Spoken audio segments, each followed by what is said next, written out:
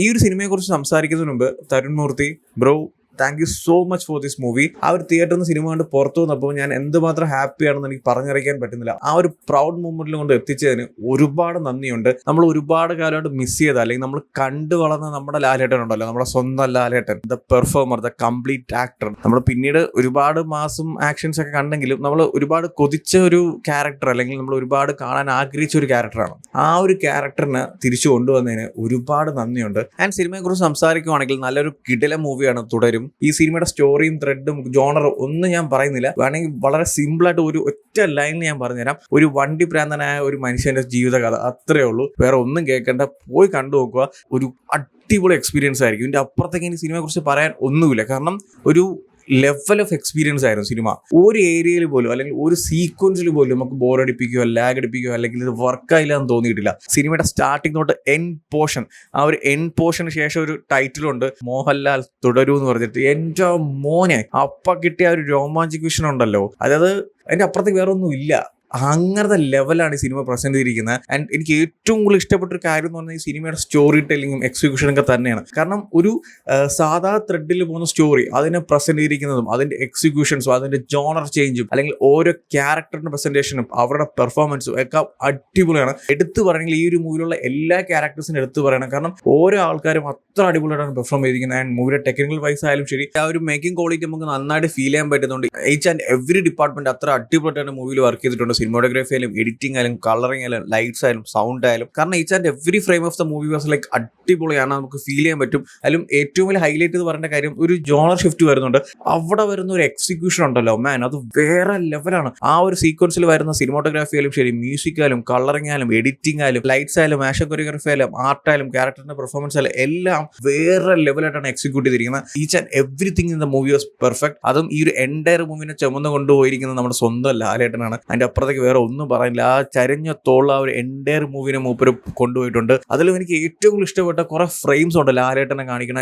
എജാതി frames എന്ന് അറിയാമോ, ഒരു രക്ഷയില്ല. ഞാൻ ഒരു സീക്വൻസ് ഫുൾ ക്ലാപ്പടിയായിരുന്നു. കാരണം അത് ചുമ്മാ നടന്നു പറഞ്ഞാൽ അല്ലെങ്കിൽ ഒരു ക്ലോസപ്പ് ഷോട്ടൊക്കെ ആയിരിക്കും മാൻ, അവിടൊക്കെ ഉള്ള ഒരു എന്താ പറയാ, ഒരു സ്ക്രീൻ പ്രസൻസ് ഓറ വേറെ ലെവലാണ്. നമ്മൾ ഒരുപാട് കാലമായിട്ട് മിസ് ചെയ്ത ഒരു ലാലേട്ടൻ ഉണ്ടല്ലോ, ദ കംപ്ലീറ്റ് ആക്ടർ അല്ലെ ദ പെർഫോമർ ലാലേട്ടനെ സ്ക്രീനിൽ കണ്ടപ്പോൾ കിട്ടിയ ഒരു ഫീൽ എന്നൊക്കെ പറയുന്നത് പറഞ്ഞറിയാൻ പറ്റത്തില്ല. അമ്മാതിരി ലെവൽ ഓഫ് പെർഫോമൻസ് ആയിരുന്നു സിനിമയിൽ മൂപ്പർ ചെയ്തു വെച്ചിരിക്കുന്നത്. നമ്മൾ എവിടെയൊക്കെ മറന്നുപോയാലും നമ്മൾ എവിടെയൊക്കെയോ ആഗ്രഹിച്ച ഒരു ലാലേട്ടൻ ഉണ്ടല്ലോ, ഒരു പെർഫോമർ ഉണ്ടല്ലോ, അത് നമുക്ക് ഈ ഒരു എൻറ്റയർ മൂവിൽ കാണാൻ പറ്റുന്നുണ്ട്. ആ ഒരു ക്യാരക്ടറിന്റെ ഒരു പ്രസന്റേഷൻ ഉണ്ടല്ലോ, അല്ലെങ്കിൽ ലാലേട്ടന്റെ ഒരു പെർഫോമൻസ് ഉണ്ടല്ലോ ഒരു ക്യാരക്ടറായിട്ട്. ഞാൻ അതിനെക്കുറിച്ച് പറയാൻ ഞാൻ ഒന്നുമല്ല, പക്ഷെ എന്നാലും തിയേറ്ററിൽ കണ്ടപ്പോൾ കിട്ടിയ ഒരു റൊമാൻറ്റിക് വിഷൻ ഉണ്ടല്ലോ, അത് വേറെ ലെവലായിരുന്നു. എസ്പെഷ്യലി എടുത്ത് പറയുകയാണെങ്കിൽ നമ്മൾ ട്രെയിലറിൽ കണ്ട ഒരു സീക്വൻസ് ഉണ്ട്, ഒരു ഫ്രാക്ഷൻ ഓഫ് സെക്കൻഡ്സിൽ വന്നു പോകുന്ന ഒരു ലാലേട്ടന്റെ കണ്ണുകൊണ്ട് അഭിനയിക്കുന്ന ഒരു ഏരിയ. അതുപോലത്തെ ഒരുപാട് സീക്വൻസ് മൂവിയിലുണ്ട്. ഒരു ഫ്രാക്ഷൻ ഓഫ് സെക്കൻഡ്സിൽ മാത്രം വന്നു പോകുന്നതായിരിക്കും, പക്ഷെ അപ്പൊ കിട്ടുന്ന ഒരു ഫീൽ ഉണ്ടല്ലോ, അത് മൂപ്പരുടെ കണ്ണുകളിലൂടെ ആയിരിക്കാം, ബോഡി ലാംഗ്വേജിലൂടെ ആയിരിക്കാം, ചിലപ്പോൾ ഡയലോഗ് ഡെലിവറിയിലൂടെ ആയിരിക്കാം. അത്ര ലെവലായിട്ടാണ് ലാലേട്ടൻ ഓരോ കാര്യങ്ങളും പെർഫോം ചെയ്തിരിക്കുന്നത്. ലാലേട്ടന്റെ അഭിനയം പോയി, അല്ലെങ്കിൽ ലാലേട്ടന്റെ പഴയതുപോലെ ഒരു എക്സ്പ്രഷൻ ഒന്നും വരുന്നില്ല, വർക്കാവുന്നില്ല, അതാണ് ഇതാണെന്നൊക്കെ പറഞ്ഞു കിടക്കുന്ന ഒരുപാട് ആൾക്കാരുണ്ട്.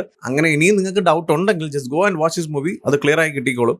കാരണം വേറൊന്നുമല്ല, ദിസ് ഇസ് മോഹൻലാൽ. ആൻഡ് അതുപോലെ തന്നെ ഹൈലൈറ്റ് ചെയ്ത് പറയേണ്ട വേറൊരു കാര്യമാണ് ലാലേട്ടനും ശോഭന ചേച്ചിയും. എൻ്റെ മോനെ കെമിസ്ട്രി ഉണ്ടല്ലോ, ഒരു രക്ഷയില്ല. അവരുടെ ഒരു എന്താ പറയാ, ഒരു വൈബും ആ ഒരു ക്യാരക്ടർ കെമിസ്ട്രിയും അവരുടെ പേരും ഒരു രക്ഷയില്ലാത്ത രീതിയിലാണ് അവർ എൻറ്റയർ മൂവിൽ പോയിരിക്കുന്നത്. ആൻഡ് ലാലേട്ടന്റെ പെർഫോമൻസും ബാക്കിയുള്ളവരുടെ പെർഫോമൻസ് ഒക്കെ പറയുന്ന പോലെ എടുത്തു പറയേണ്ട ഒരു പെർഫോമൻസ് ആണ് ഇതിലെ വില്ലൻ. എൻ്റെ മോനെ നമുക്ക് രണ്ടെണ്ണത്ത് പൊട്ടിക്കാൻ തോന്നത്തില്ല. അതായത് ഞാൻ ലോകത്തിലെ ഏറ്റവും വലിയ കൂത്തനാണെന്ന് സ്വന്തമായിട്ട് പറഞ്ഞ് പൊഴുത്തിക്കൊണ്ട് നടക്കുന്ന ഒരു ക്യാരക്ടറാണ് മൂപ്പര്. നമ്മളെ കയ്യിൽ കിട്ടിയാൽ നമുക്ക് രണ്ടെണ്ണം പൊട്ടിക്കാൻ തോന്നും. അങ്ങനത്തെ ലെവൽ ഓഫ് പെർഫോമൻസ് ആണ് പുള്ളിക്കാരൻ ചെയ്തു വെച്ചിരിക്കുന്നത്. ആ ഒരു ക്യാരക്ടർ ചെയ്തിരിക്കുന്ന പ്രകാശ് വർമ്മയാണ്. എല്ലാവർക്കും അറിയാമെന്ന് എനിക്ക് അറിയത്തില്ല. ഒരു ആഡ് ഫിലിം ഡയറക്ടറാണ്, പിന്നെ ഒരു കണ്ടന്റ് ക്രിയേറ്ററൊക്കെയാണ്. നമ്മൾ ഓഡഫോൺ സൂസുമില്ലേ, മറ്റേ പണ്ടത്തെ IPL ഒക്കെ വരുന്ന ഒരു വൈറ്റ് ക്യാരക്ടർ ഇല്ലേ, വലിയ തലയും വലിയ കാലൊക്കെ ഇട്ട് വരുന്ന, അതിന്റെയൊക്കെ ക്രിയേറ്ററാണ് മൂപ്പര്. പുള്ളിക്കാരന്റെ പെർഫോമൻസ് ഞാനൊന്നും പറയുന്നില്ല, പോയി കണ്ടുനോക്കാം, അപ്പോൾ നിങ്ങൾക്ക് മനസ്സിലാവും. എല്ലാം ഉണ്ട് ആ ഒരു ക്യാരക്ടറിൽ. കോമഡിക്ക് കോമഡി, ഊക്കിന് ഊക്കും, ദേഷ്യത്തിന് ദേഷ്യവും, സീരിയസ് സിറ്റുവേഷൻ, എല്ലാ ഇമോഷൻസും കൺട്രോൾ ചെയ്ത് പോകുന്ന ഒരു ക്യാരക്ടറാണ്. ആൻഡ് പുള്ളിക്കാരന്റെ ഫസ്റ്റ് മൂവിയാണെന്ന് തോന്നുന്നു എനിക്ക്. ആ ഒരു പെർഫോമൻസ് മാൻ. സോ എന്തായാലും കണ്ടു നോക്കുക. ഒരു